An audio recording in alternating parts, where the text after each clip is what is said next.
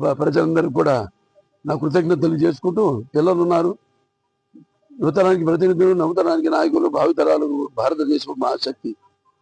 ఇవాళ మనం చూస్తున్న ప్రపంచంతో ఎంతగానో కుదించుకుపోయింది.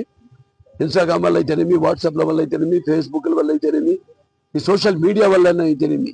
కానీ ఏదైనా మంచిగా వాడుకోండి, మంచి భవిష్యత్తు ఉంటుంది మీకు అని నేను మొన్నే చూసాం. మనం అది ఎవడో చాటింగ్ చేస్తుంది, దాంతో ఎటువంటి ప్రమాదానికి తన తల్లిని చంపుకుని తనను చంపుకుని, అలా కాకుండా ఏదైనా అంత మంచిగా మనం వినియోగించుకోవాలి. అప్పుడే అఖండాలో నేను చెప్పినట్టు ప్రకృతి సహకరిస్తుంది. వాళ్ళ అఖండ రాబోతుంది రేపు, అంటే 25 కాదు, సినిమా డేట్ చెప్తాం, డిసెంబర్ మొదటి వారంలో వస్తుంది.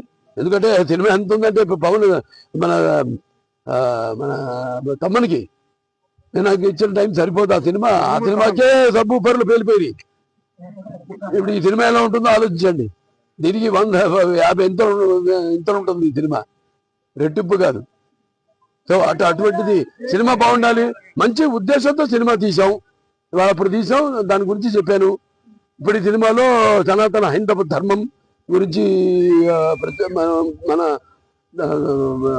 హిందూజం అయితేనేమి, మన హైందవ సనాతన ధర్మం అంటే ఏంటో, అంటే ఒక కులానికి ఆపాదించకుండా అసలు సమాజం గురించి ఈ సనాతన హైందవ ధర్మం అంటే.